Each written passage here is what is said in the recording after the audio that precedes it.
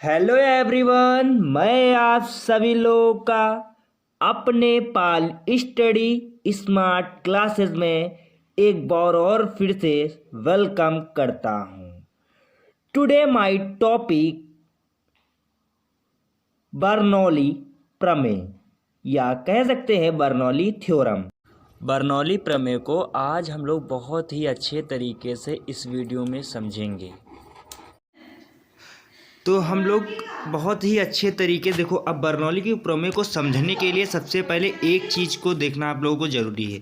तो क्या देखना जरूरी है? जैसे कि अगर हम लोग कभी हम लोग मैदान में अगर होते हैं, देखिए मैदान है आपका, बहुत अच्छा मैदान दिखाई दे रहा होगा, मैदान है और मैदान को अगर मैदान है, ये तुम्हारा अच्छा खासा मैदान है, ठीक है। तो अगर हम लोग कभी क्रिकेट खेलने जाते हैं तो क्रिकेट खेलने क्या जाते हैं, जैसे क्रिकेट खेल रहे हैं, फील कीजिए आपका ये स्टंप है, यानी मैंने यहाँ पर स्टंप लगा दिया है और यहाँ पर आपका कोई खिलाड़ी है, फील कीजिए यहाँ पर खिलाड़ी है, कोई मतलब अच्छे तरीके से खिलाड़ी खड़ा हुआ है स्टंप के बगल में और आप यहाँ पर खड़े हुए हैं गोल के पास। यानी फील कीजिए आप यहाँ से अगर क्या करेंगे, यहाँ से आप अगर किसी को क्या करेंगे, बॉल को, यानी गेंद आपके हाथ में, बॉल को अगर उसे मतलब बॉल को अगर फेंकेंगे या बॉल को आप खिलाएंगे तो बॉल क्या हो गया, आप बॉल को अगर फेंक रहे हैं, फील कीजिए यहाँ से बॉल को अगर आप फेंक रहे हैं यहाँ से, तो बॉल सबसे पहले क्या करेगी, बॉल यहाँ से आपने चलाई तो ऐसे करके इस खिलाड़ी पर ऐसे बॉल जाएगी नहीं जाएगी, ऐसे जाएगी नहीं जाएगी, तब खिलाड़ी क्या करेगा, बॉल को फिर से मारेगा, फिर से बॉल जो मारेगा खिलाड़ी बॉल को मारेगा, फिर से ऐसे जाके कहीं पर ना कहीं पर गिर जाएगी। बात को आप समझने में आई होगी। तो यानी हमें यहाँ से यहाँ तक की उसकी हाइट निकालनी पड़ेगी, फिर यहाँ से यहाँ तक की उसकी हाइट निकालनी पड़ेगी, क्या है क्या नहीं है, हम लोग इसके बारे में डिस्कस करेंगे आज। अब यहाँ पर आप लोगों को दिखाई दे रहा होगा कि यहाँ पर देखो, मैंने जैसे कि मैं कह रहा था आपसे कि यहाँ पर ज़मीन ये हो गया आपकी, क्या हो गई, ज़मीन हो गई है, ठीक है, ज़मीन मैंने बता दिया। अब यहाँ पर एक प्लेयर है, कि यहाँ पर फील कीजिए यहाँ पर प्लेयर है, यहाँ पर मैंने क्या कह दिया, प्लेयर है, और यहाँ पर मैंने क्या कह दिया, यहाँ पर एक मतलब फील्डर यानी कि जो बॉल झिक गई यहाँ पर खड़ा हुआ है, तो वो क्या करेगा यहाँ से, यानी कि अगर बॉल को झिक रहा है तो यहाँ पहले से कुछ ऐसे बॉल जाएगा ना, कुछ ऐसा जाएगा कि नहीं जाएगा, फिर इस प्लेयर के पास आएगा बॉल, तो प्लेयर यहाँ प्लेयर यहाँ पर खड़ा होगा, प्लेयर के पास आएगा, प्लेयर के पास बॉल आएगा, तो इसका प्लेयर बॉल झिक रहा है, इस तरीके से बॉल झिक दिया, उसने झिक दिया, इसके झिकने के बाद यहाँ पर इसकी यहाँ झिक प्लेयर जो बॉल झिक रहा है उसकी देखी जाएगी हाइट कितनी है, और उसके थोड़ा सा प्लेयर के यहाँ पर पहुँचने से पहले, उसके थोड़ा पहुँचने से पहले उसकी हाइट क्या है, क्या इक्वल होगी या बराबर होगी या नहीं होगी, या किसके बराबर होगी, वो हमें यहाँ पर पता लगाना है। अगर यहाँ सबसे पहले अगर BC को पता लगाएंगे, BC अगर सही जा रहा है, BC के बाद फिर हम BC को पता चल जाएगा, फिर हम DE को पता लगाएंगे, BC के बाद किसको, DE के पता लगाएंगे, तो फिर हमें इसकी वैल्यू पता चल जाएगी, हाँ इसकी कितनी क्या होगी कितनी क्या नहीं होगी। प्लीज़ आप लोग देखिएगा इस पूरी वीडियो को लास्ट तक। अब देखिए हमें क्या लिखना होगा, कैसे क्या करना होगा, पूरी इक्वेशन को कैसे हम सॉल्व करेंगे। देखिए कैसे क्या करते, हम लोगों ने देखा ही था, पहले हम लोग क्या निकालेंगे, पहले BC की वैल्यू निकालेंगे, फिर DE की वैल्यू निकालेंगे। अब जैसे आपको मैं बता रहा हूँ वैसे आप लोग लिखते जाइएगा। लिखना क्या है, the work done on the fluid at the left end BC is, क्या होता है, W equal to F into S होता था कि नहीं होता था, हाई स्कूल 9th 11th में पढ़ा होगा आप लोगों ने।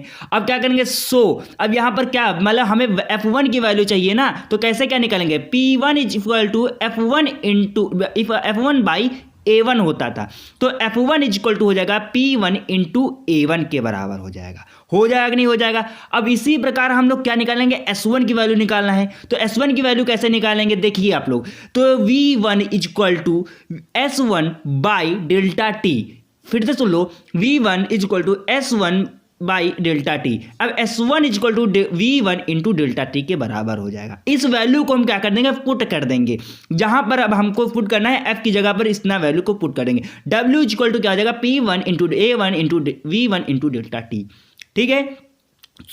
अब यहां पर हो जाएगा तुम्हारा क्या, डेल्टा V किसके बराबर, जो A1 V1 into delta T है, डेल्टा V के ये बराबर हो जाएगा। इतनी आपको बात समझने में आई होगी कि नहीं आई ना। अब वैल्यू को क्या कर देंगे, पुट कर देंगे, किसमें, वहीं पर delta A1 V1 into delta की जगह पर डेल्टा V को वैल्यू को रख देंगे, तो हमारा क्या इक्वेशन निकल जाएगा, W1 is equal to P1 into delta V के बराबर। अब हमें क्या निकाला, the work done on the fluid at the right end DE is, अब DE की वैल्यू निकाल लेंगे, तो इसी प्रकार W2 is equal to F2 into H2।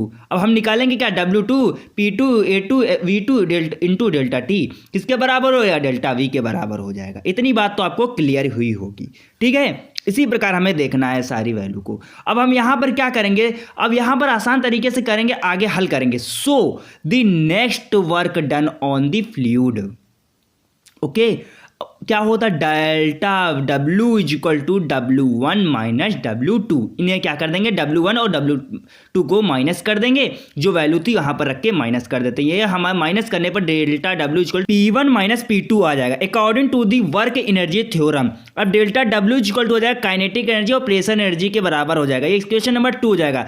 Change in kinetic energy, अब काइनेटिक एनर्जी बराबर होता था half mv² 2 minus half mv² 1 को माइनस कर देंगे। माइनस करने पर हमारा क्या आ जाएगा, kinetic energy is equal to half m bracket में V2 V² 2 माइनस V1 2 हो जाएगा। होने के बाद क्या होगा, इसकी डेंसिटी हम निकालेंगे। डेंसिटी क्या होती है, density rho is equal to mass बटे वॉल्यूम होती थी, आपको भी पता होगा।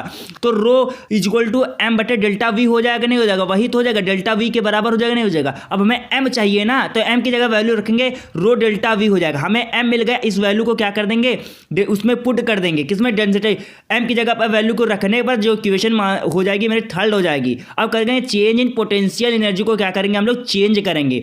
अब पोटेंशियल एनर्जी इक्वल टू क्या होता था, mgh, यानी कि delta potential energy equal to delta mgh2 minus mgh1। इसमें से mg जो हो जाएगा कॉमन हो जाएगा और ब्रैकेट में h2 माइनस h1 हो जाएगा। हो जाएगा, नहीं हो जाएगा। अब होने के बाद अब क्या करेंगे, अब होता था रो, यानी कि m is equal to rho delta V होता था, नहीं होता। होने के बाद अब हम लोग क्या करेंगे, यहाँ पर m is equal to rho delta V निकल के आ गया है, इसकी वैल्यू को रख देंगे यहाँ पर, इक्वेशन नंबर 4 हो जाएगी। अब सब्स्टिट्यूशन इक्वेशन 1 3 4 इन इक्वेशन 2 से क्या करेंगे, इसे गेट कर देंगे, यानी कि बराबर कर होती कि नहीं होती देखेंगे। यहाँ पर देखो क्या होती है, डिवाइड यहाँ पर रखने के बाद इसको क्या कर देंगे, माइनस कर देंगे। माइनस करने के बाद जो इक्वेशन मेरी आएगी डेल्टा W इक्वल टू, जो कि आपकी इक्वेशन 1 हो गई है, ये इक्वेशन 3 और इक्वेशन 4, इक्वेशन 4 जाएगा। अब एक काइनेटिक एनर्जी और प्रेशर एनर्जी के बराबर होगी कि नहीं होगी, ये हम लोग यहाँ पर देखने वाले हैं, ठीक है। इक्वेशन 2 के काइनेटिक एनर्जी और प्रेशर एनर्जी के बराबर होगी नहीं होगी। यहाँ पर देखिए P1 P2 into delta V जिस प्रकार लिखा आपको नजर आ रहा है, इन दोनों क्या कर देंगे, ऐड कर देंगे। अब हम डिवाइड, यानी हम यहाँ पर डिवाइड करेंगे किसे, डेल्टा V से सभी को क्या कर देंगे, डिवाइड कर देंगे। आसान तरीके से डिवाइड कर देंगे। डिवाइड करने पर क्या होगा, डेल्टा V जो होगा मतलब इनटू में होगा, वो सब कैंसिल हो जाएंगे। कैंसिल होने के बाद जो मेरी निकल के आएगी, क्या निकल के आएगी, वैल्यू जो निकल के इक्वेशन आएगी P1 माइनस P2 के बराबर आ जाएगी। 1/2 P रो V2 स्क्वायर आपके सामने वैल्यू आ रही है, उसको वैल्यू को इस तरीके से लिख देंगे, ठीक है।